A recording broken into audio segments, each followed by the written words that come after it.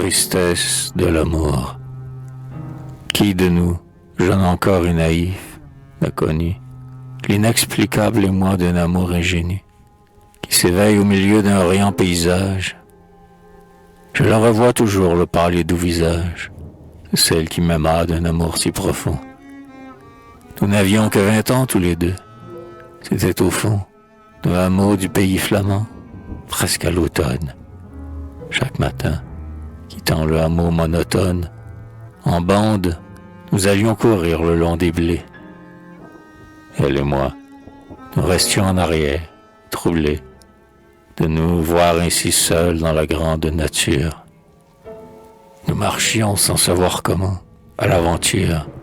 Ses doigts pressaient les miens et nous causions très peu. La brise se jouait dans son fin jupon bleu et découvrait le bout de sa bottine noire. Que dirais-je encore? C'est l'éternelle histoire des amants qui s'en vont dans les sentiers fleuris. Les premières rougeurs et les aveux surpris, quand on marche à pas lents, en se touchant l'épaule, le long des buissons verts dont la branche vous frôle. Les fossés où l'on trempe en frissonnant la main, les petits ponts de bois qu'on rencontre en chemin, et sur lesquels on marche en s'étonnant ensemble. Le rire peu fréquent, mais si joyeux qu'il semble, dans sa vibration égayer les échos. Les jeux dans le bleuet, les coquelicots, les papillons qu'on chasse et les bouquets qu'on cueille, les chaumières où le vieux paysan vous accueille, avec un geste gauche en ôtant son bonnet. La tasse de lait chaud qu'on boit et qui vous met sur la lèvre qui rit ses fines perles blanches.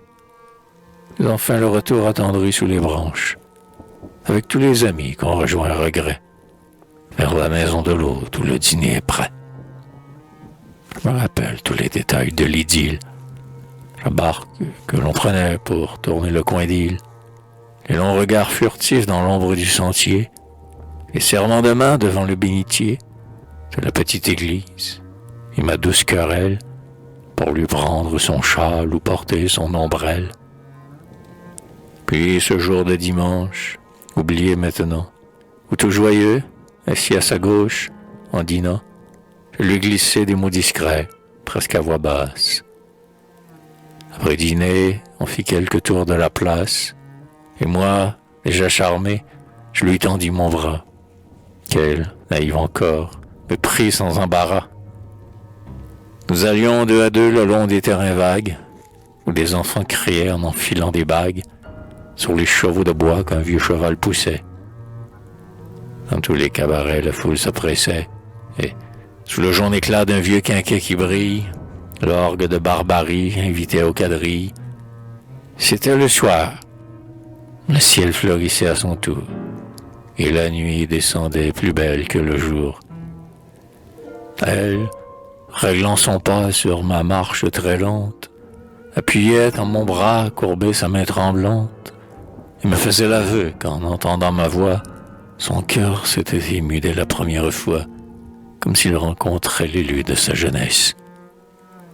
Et moi, je lui faisais à mon tour la promesse que, l'aimant d'amour pur, je n'oublierai pas. Puis, pour mieux lui parler, ralentissant mon pas, en lui montrant du doigt la lune dans les branches. Plus tard, dis-je, quand vous verrez ces clartés blanches, songez, il m'aime encore et la regarde aussi.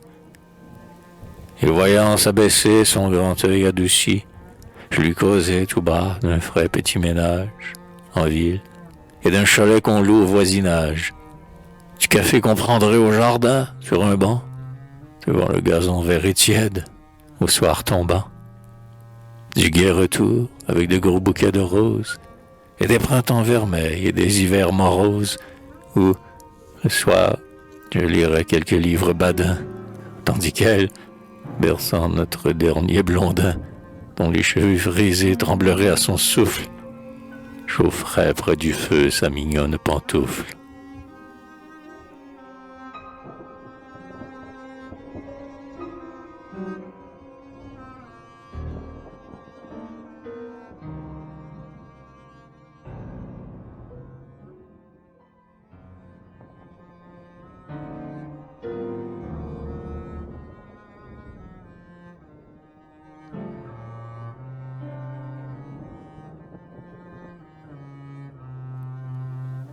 Aujourd'hui, cet amour de jeunesse est défunt, et nous n'en gardons plus qu'un vague et doux parfum. Car le grand destructeur des tendresses, l'absence, a flétri dans sa fleur ce rêve d'innocence. Et se parant toujours de joie et de rayons, la nature oubliera comme nous oublions. Sans qu'un vent triste sur notre éloignement pleure, sans qu'une herbe se fane, ou sans qu'un oiseau meure. De nous voir aujourd'hui séparés et vivants. Que dis-je? Les moineaux dans les arbres mouvants, gais sous le parasol ombreux de feuilles souples, viendront chaque printemps se réunir par couple. Et les bois qu'une tiède ondée a rajeunis, par le chant des ruisseaux endormiront les landes. Dans les étangs viendront se mirer d'autres bandes. Les rameaux plus épais autour de chaque tronc, sous leur obscurité tranquille ombrageront les amants au retour des kermesses prochaines, s'en allant deux à deux s'embrasser sous les chênes. Ô vieux arbres des bois, oublieux comme nous, devant lesquels jadis nous tombions à genoux, après avoir gravé sur votre écorce dure nos noms déjà couverts de mousse et de verdure, ne vous souvient-il plus de nos tressaillements, pour protéger ainsi tous les autres amants? Pourquoi prêter encore votre ombre à leurs étreintes? Pourquoi laisser graver sur nos vagues empreintes leurs deux noms que bientôt aussi vous oublierez?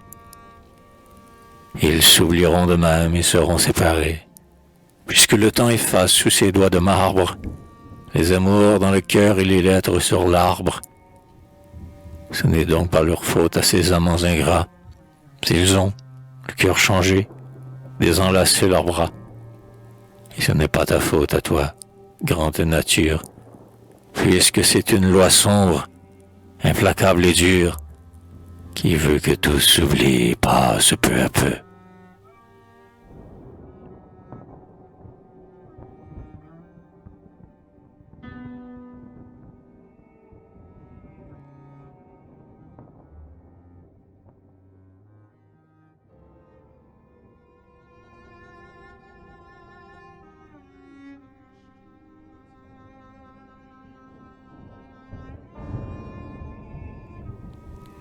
Mais l'oubli, c'est peut-être un des bienfaits de Dieu.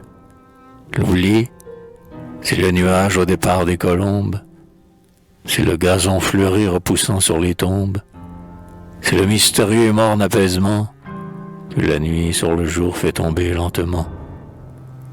Et l'oubli, c'est la main inconnue et sincère qui détache les nœuds du cœur et les dessert, pour nous rendre la mort moins pénible à souffrir, de sorte qu'oublier, c'est apprendre à mourir.